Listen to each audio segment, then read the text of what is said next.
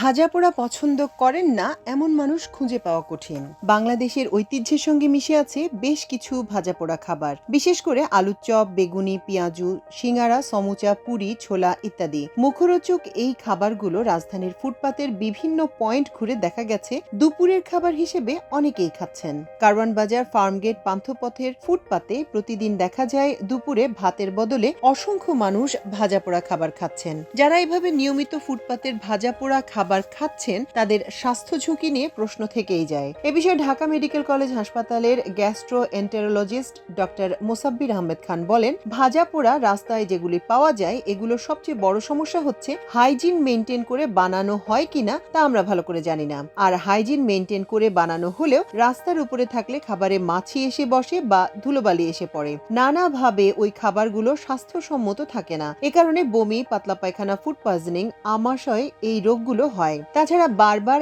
একই তেলে ভাজার কারণে ফ্রি রেডিকেল তৈরি হয়। ফ্রি রেডিকেলের কারণে দীর্ঘমেয়াদী ক্ষতি হয়। শুধু তাই নয়, ডুবো তেলে বারবার ভাজা খাবার নিয়মিত খেলে বুক জ্বালা পোড়া করে। তাছাড়া পাকস্থলীর অ্যাসিড নিঃসরণ বাড়িয়ে দেয় ওই ভাজা পোড়া খাবার। এ কারণেই মূলত অ্যাসিডিটি হয়। এভাবে দীর্ঘদিন চললে পেটে আলসারও হতে পারে। বারবার একই তেলে ভাজা খাবারগুলো নিয়মিত খেলে শরীরের ক্ষতি পুষিয়ে নেয়ার ক্ষমতার অবনতি ঘটে। এমন হলে শরীরের রিপেয়ার সিস্টেম কুলিয়ে উঠতে পারে না। তখনই দীর্ঘমেয়াদী ক্ষতিগুলো হয়। এর মধ্যে অন্যতম ক্যান্সার, স্ট্রোক ও হার্ট অ্যাটাক। তবে কিছু নিয়ম মেনে মুখরোচক এই খাবারগুলো তৈরি করলে তৈলাক্ত খাবার খাওয়ার পর খুব বেশি সমস্যা হয় না বলে মনে করেন ডাক্তার মোসাব্বির আহমেদ খান।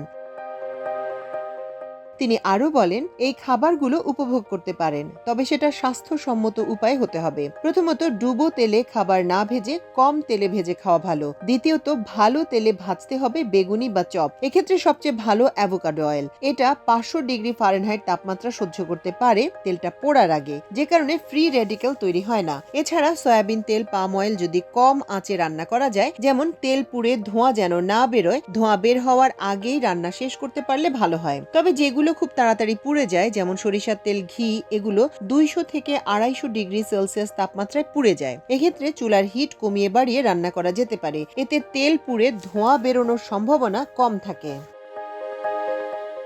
এ বিষয়গুলো মাথায় রেখে যদি রান্না করা যায় তাহলে মাঝে মধ্যে মুখরোচক খাবারগুলো খেলে খুব সমস্যা হওয়ার কথা নয়। কিন্তু স্ট্রিট ফুডের ক্ষেত্রে হিসাবটি ভিন্ন।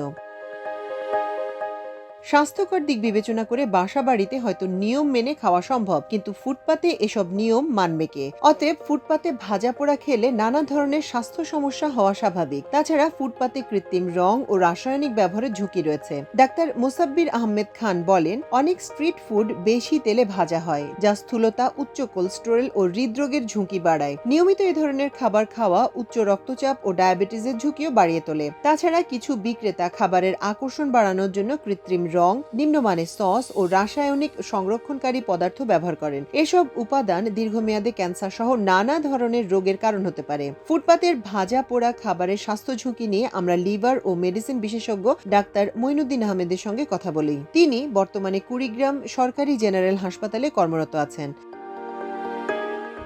ডাক্তার মঈনুদ্দিন আহমেদ আমার দেশকে বলেন, অতিরিক্ত ভাজা পোড়া খাবার পেটে গ্যাস, হজমের সমস্যা, অ্যাসিডিটি, জিইআরডি এবং পেপটিক আলসার ডিজিজের ঝুঁকি বাড়ায়। এছাড়া ফাস্ট ফুড অতিমাত্রায় খেলে ফ্যাটি লিভার, উচ্চ রক্তচাপ, স্থূলতা, ডায়াবেটিস ও হার্ট অ্যাটাকের ঝুঁকি বাড়াতে পারে। বৃদ্ধদের ক্ষেত্রে হজম ক্ষমতা কম থাকায় রাস্তার খাবারে ব্যবহৃত অতিরিক্ত মশলা, তৈলাক্ত উপাদান এবং বাসি খাবার থেকে গ্যাস্ট্রিক সমস্যা, পেপটিক আলসার এবং হজমজনিত সমস্যা দেখা দিতে পারে।